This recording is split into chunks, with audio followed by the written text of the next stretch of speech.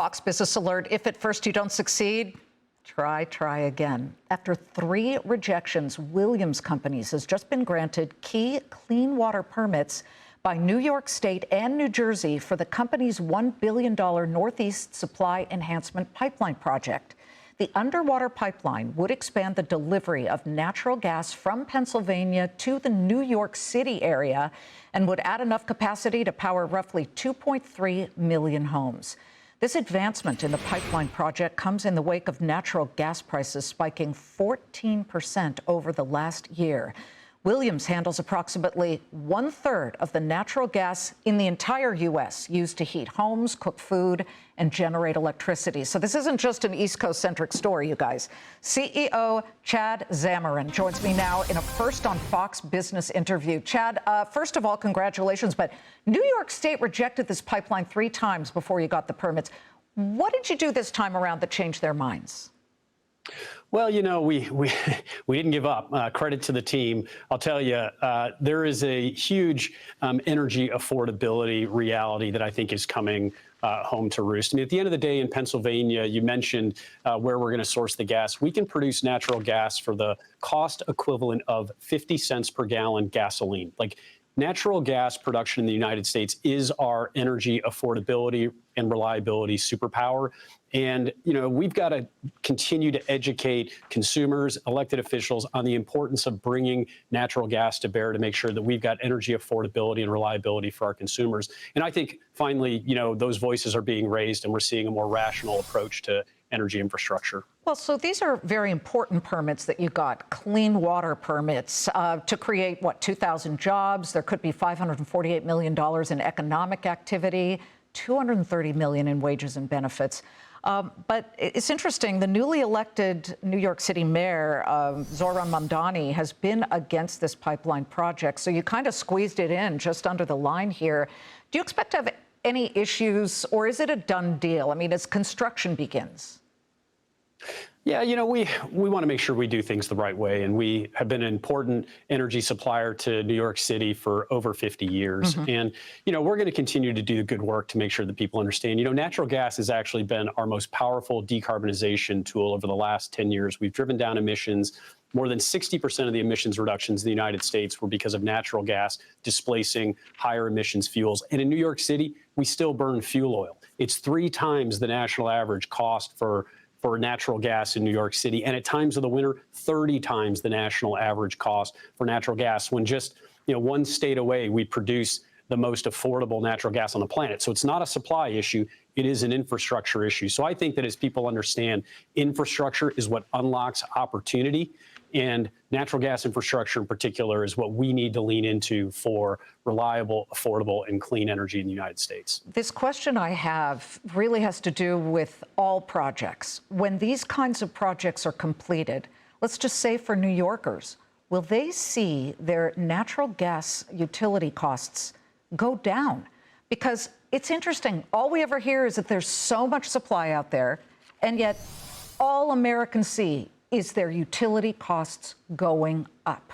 And it is really disconcerting and very upsetting to a lot of people. In fact, an entire election in New Jersey was just won on utility costs going way too high. And, you know, you had the governor, the newly elected governor, Mikey Sherrill, really hitting that hard. Yeah, this is a big issue. And, you know, to put it into context, that region, the Northeast region, you know, including New Jersey and New York, that's about 20% of the country's population. And this year, they'll see less than 2% of economic investment in manufacturing, data centers, technology. And so when you think about when you don't embrace low-cost, affordable, reliable energy, you know, there was a report issued by S&P last week on our Constitution Pipeline project, which is a project to bring low-cost, affordable natural gas to New England states. And it shows that over the life of the project, it would reduce costs to the consumers in New England by over $11.5 billion.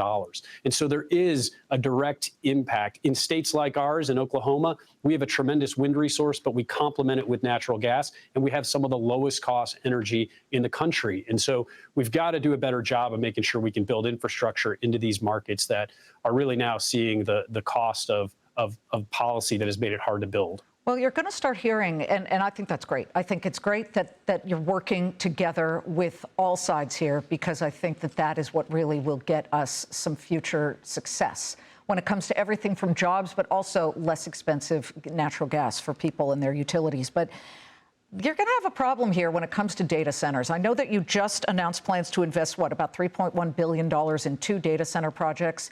Artificial intelligence sucks up a voluminous amount of energy.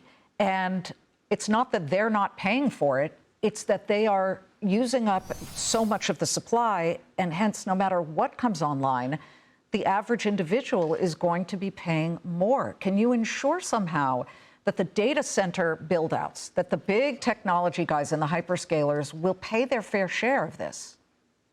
Yeah, and in fact, our projects are designed to do exactly that. So we announced 2 additional projects, as you mentioned. We're now in construction on 3 projects, over $5 billion of investment. But what we're doing is bringing natural gas infrastructure and power generation directly to the hyperscaler data center facilities, so that we don't put a burden on the grid and we don't burden consumers with the cost of energy. And in fact, we expect over time that we will produce extra energy at these sites and be able to put that energy back into the grid and actually lower costs for consumers. And so we're very focused on, a company that's been in business for over 100 years. We build energy infrastructure. We need to make sure that we've got clean, reliable, and importantly, affordable energy. It really is America's competitive advantage. We can produce low-cost energy, and we've got to win the race for this next generation of technology, but we have to do it in a way that doesn't put burden on our grid. We haven't grown electricity production in the United States for 25 years. And so all of a sudden we think we're going to get back and win this race. So we've got to be able to bring projects like ours directly to the data centers. Well, the Department of Energy came out with a report that indicated that by the year 2028, data centers could account for something like 12% of all energy usage. So you don't want people running around with torches saying, wait a minute, the big guys are soaking up all of the supply, and we just want a fair price, especially when we keep hearing that there's so much natural gas. Really quickly, you mentioned wind and working together with wind. Are you of the belief that we really should be a check all the boxes energy creator here in this country? Yeah, we are definitely of the mind that you have to have reliable, affordable, and clean energy. The challenge with wind and solar is it's an intermittent resource. And so, we can't have that without having a reliable partner. In any market that has successfully introduced renewable technologies like wind and solar, they are more expensive, they are less reliable, but we can complement them with low-cost, dispatchable natural gas. That's how you build an all-of-the-above approach. It's not one or the other. These are complex systems, challenges, and opportunities. But when we see a smart approach to renewables, it's partnered with natural gas. Chad, good to see you, and we'll be watching for the work to begin, certainly on the New York, Pennsylvania, New Jersey pipeline. So thank you very much. Great. Thanks for having me.